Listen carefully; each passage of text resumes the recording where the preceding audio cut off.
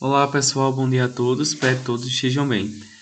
Hoje a nossa aula é falando sobre o primeiro reinado. Nós vamos falar então do governo em que Dom Pedro I começou a assumir o poder no Brasil depois que ele proclamou a nossa independência em 7 de setembro de 1822.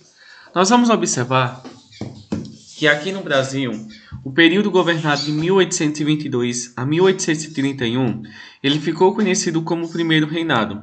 Foi o período em que Dom Pedro governou o Brasil.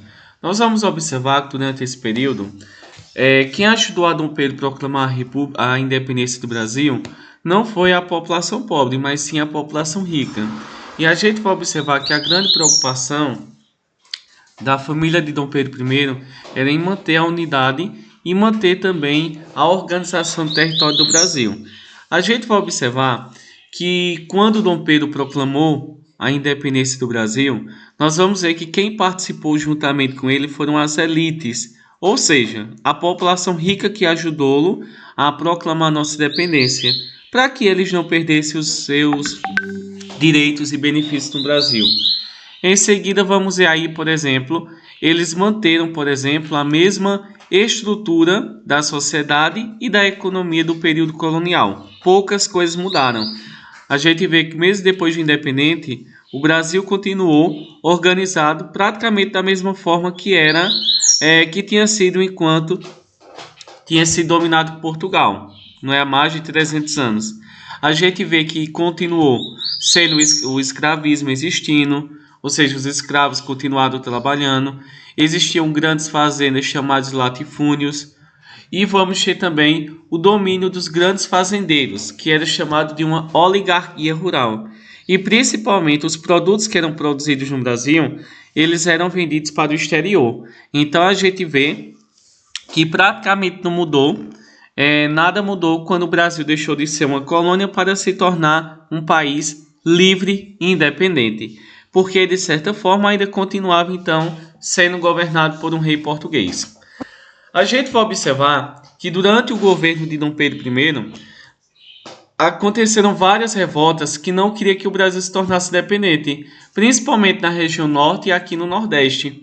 A gente vai observar que depois que Dom Pedro acabou com as revoltas, que não desejava que o Brasil se tornasse um país livre e independente, nós vamos observar que o Brasil lutou para que outros países reconhecessem a sua independência. O primeiro país a reconhecer a independência do Brasil foi os Estados Unidos, porque, é claro, tinha grande objetivo em dominar o nosso país, né? Dominar a economia brasileira.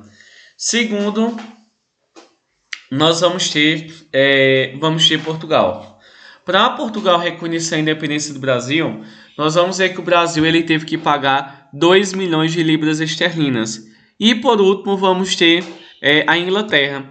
A Inglaterra a gente vê que também reconheceu a independência então do Brasil, 1826, com o objetivo de controlar grande parte do comércio brasileiro, ou pelo menos uma diminuição dos impostos. A gente vai observar aí, por exemplo, que durante esse período, a gente vai observar então que para que a Inglaterra reconhecesse a independência do Brasil, juntamente com os Estados Unidos e com Portugal, a Inglaterra ela acabou então sendo beneficiada principalmente com a redução dos impostos, ou seja, como a Inglaterra reconheceria a independência do Brasil, ela pagaria poucos impostos para vender os seus produtos aqui para o Brasil. E a gente vai observar que para um país ele ser livre, ele tem que criar leis. Então a gente vai observar que durante esse período foi criado no Brasil, em 1823, foi elaborado um conjunto de leis, que é uma Constituição. Só que essa Constituição ela era conhecida como a Constituição da Mandioca. A gente vê que ela deferia os ricos, a gente vê que ela excluiu os portugueses da administração no Brasil, a gente vê que eles também eram anti-absolutistas, ou seja, dividir o poder do imperador com os deputados, e a gente vai observar que essa primeira tentativa de uma elaboração de leis para o Brasil, ela não deu certo, principalmente porque os deputados retiravam os direitos do imperador. Claro que Dom Pedro não gostou e ele decidiu então criar uma nova Constituição, chamada de Constituição da Mandioca.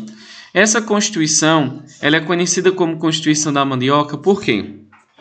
Porque naquela época só participava do sistema eleitoral, ou seja, só votava quem tinha uma grande fazenda, e nessa fazenda plantava-se mandioca, é o que a gente vai conhecer como macaxeira.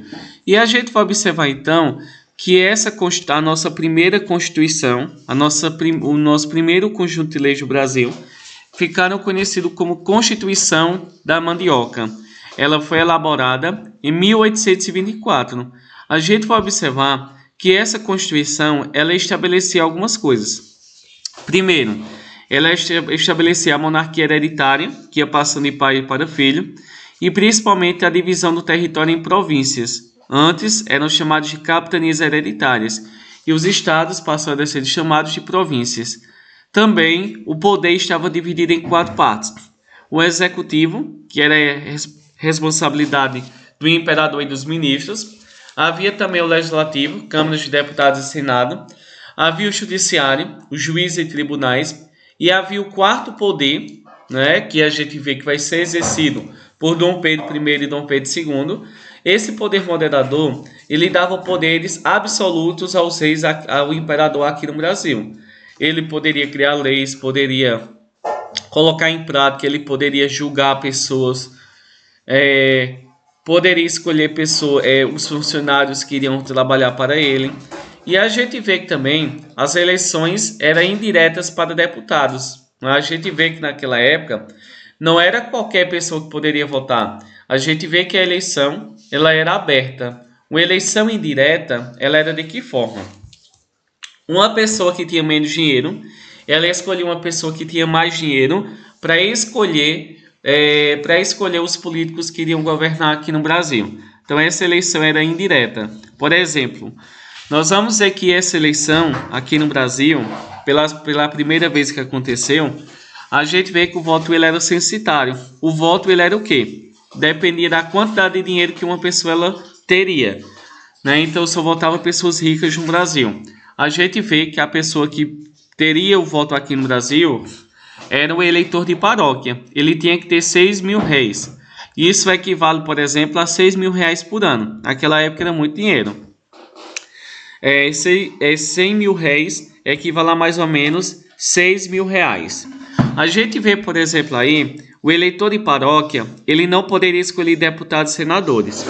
Esse eleitor de paróquia, de uma cidade pequena, ele escolhia uma pessoa que era um eleitor de província, era alguém que tinha mais dinheiro do que ele, chamado eleitor de província, e ele iria escolher os deputados e senadores.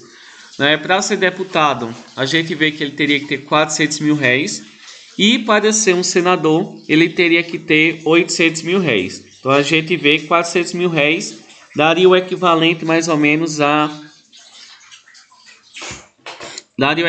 por exemplo, a mais ou menos 24 mil reais por ano. E vamos ter o senador que teria 48 mil reais por ano, que seria muito mais dinheiro. A gente vê que essa Constituição também, ela não valorizava os mendigos, os soldados, as mulheres, pessoas pobres, né? Grande parte da sociedade, então, acabava sendo excluída do sistema eleitoral. Analfabetos também não poderiam participar das eleições. E a gente vê aí, por exemplo, que a gente vai observar, então, que para que o imperador governasse, a gente vê que ele tinha o apoio do Conselho de Estado, que era um grupo de homens que lhe apoiavam. E a gente vê, então, que durante esse momento, haviam três grupos de pessoas no Brasil. Os passivos, aqueles que não tinham dinheiro para votar e para ter direitos. Aqueles ativos votantes, que eram pessoas ricas que votavam e escolhiam deputados e senadores. E havia os ativos eleitores elegíveis, ou seja, eram aqueles que tinham renda para votar e também para ser votado, como por exemplo os deputados e senadores, que tinham uma renda de 400 mil réis, ou seja, de 24 mil, ou então senadores de 800 mil réis, que seria 48 mil reais por ano.